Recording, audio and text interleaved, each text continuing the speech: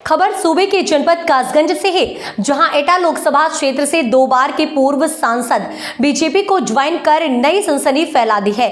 कहा जाता था कि समाजवादी पार्टी की जब स्थापना की गई तो कुंवर देवेंद्र सिंह यादव पार्टी फंड देने वाले सबसे बड़े नेता थे। शराब कारोबारी के रूप में पहचान बनाने वाले नेता देवेंद्र सिंह यादव के रसूख से पार्टी के तत्कालीन अध्यक्ष स्वर्गीय मुलायम सिंह यादव उनसे पूछ कर ही एटा, बदायूं और अलीगढ़ में टिकट तय किया करते थे। पिछले विधानसभा चुनाव के दौरान उन पर पार्टी नीतियों के उलट बीजेपी की मदद करने के आरोप सपा जिलाध्यक्ष विक्रम यादव ने लगाए थे। उत्तर प्रदेश ही नहीं बल्कि पूरे देश के कई राज्यों में बड़े शराब कारोबारी देवेंद्र सिंह यादव ने अपने स्वाभिमान के प्रति कभी समझौता नहीं किया और आज बीजेपी ज्वाइन करने के बाद पहली बार अपने निवास कासगंज नगर पहुंचे। उनके आगमन पर उनके समर्थकों में भारी जोश देखा, जो एटा लोकसभा क्षेत्र से समाजवादी पार्टी के प्रत्याशी देवेश शाक्य की भारी पड़ सकता है। पहली बार बीजेपी का भगवा पहनकर कासगंज नगर पहुंचे देवेंद्र सिंह यादव ने मीडिया से बात करते हुए बताया, मौजूदा समाजवादी पार्टी के नेताओं पर कुछ ऐसा बोल दिया कि सुनने वाले हैरत में पड़ गए। पूर्व सांसद ने सपा पर आरोप लगाया है कि उसमें शामिल हुए नए नेताओं के चरित्र सही नहीं है, उसमें अराजक तत्वों की भरमार हो गई है, वो जनभावनाओं की बल्कि खुद के स्वार्थ की सिद्धि में लगे हुए हैं। जिस पार्टी में जिलाध्यक्ष या अपराधी और चरित्र व्यक्तित्व का होगा, उसकी कार्यकारिणी कैसी होगी और उसका जनाधार कितना होगा, ये तो सपा नेतृत्व ही जान सकता है।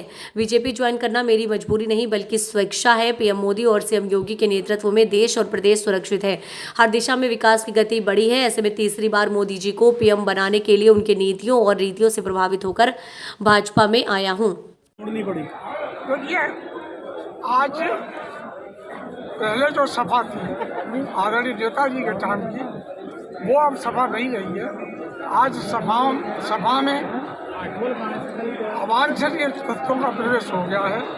जितने भी आजकल नए समाजवादी पार्टी में जो भाग ले रहे हैं, वो उनके करैक्टर अच्छे नहीं है, चरित्र अच्छे नहीं है और उनकी लोकप्रियता भी अच्छी नहीं है और जनभावना भी अच्छी नहीं है।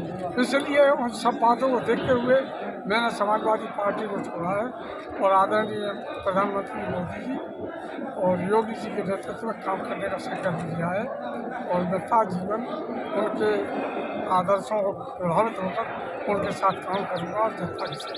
सपा जिलाध्यक्ष विक्रम यादव ने आरोप लगाया है, जब आप सभा में थे तो आपने गद्दारी की थी और यहाँ के जो प्रत्याशी उनको हरवाया था। देखिए, उनके बारे में ज़्यादा नहीं बोलूँगा क्योंकि उनकी हैसियत मेरे बोलने लायक नहीं है। उनके चरित्र के बारे में जानते हैं, वो सब भाई हिस्ट्री सीटर हैं, उन पर कितने केस चल रहे हैं, चाहे गैंगस्टर हों चाहे वैसे केस हों। आप क्रिमिनल हिस्ट्री थानों से लेके देखिए, जब इस जिले का अध्यक्ष ही क्रिमिनल होगा तो उस पार्टी का क्या हाल होगा। उनके बारे में ज़्यादा बोलना नहीं चाहता हूँ और आप सभी परिचित हैं, जनता भी परिचित है और उनकी क्राइम हिस्ट्री के बारे में भी सबको पता है। मैं ज़्यादा नहीं बोलकर मैं केवल इतना ही कहूँगा कि उनकी हैसियत मेरे बोलने लायक नहीं है, मैं बता। पहली बार कासगंज पहुँचे हैं, क्या कहना चाहेंगे जनता के लिए? देखिए, हमारे देश के आदरणीय प्रधानमंत्री मोदी जी की जो नीतियाँ हैं जनता के लिए, देश के हित के लिए, गरीब मजदूर बेसहारा जिन लोगों के लिए उन्होंने जितनी योजनाएं बनाई हैं, उन नीतियों को देखते हुए आदरणीय हमारे प्रदेश के जो मुख्यमंत्री हैं योगी जी, उन्होंने प्रदेश का जितना रात दिन मेहनत करके विकास किया है, हर मामले में इस प्रदेश को आगे बढ़ाने का काम किया है। उन दोनों की नीतियों को देखकर हम इस बीजेपी का दामन हमने थमाया, उन दोनों के साथ चलकर इस देश के विकास में और जो उनकी नीतियाँ हैं उनको आगे बढ़ाने का काम करेंगे।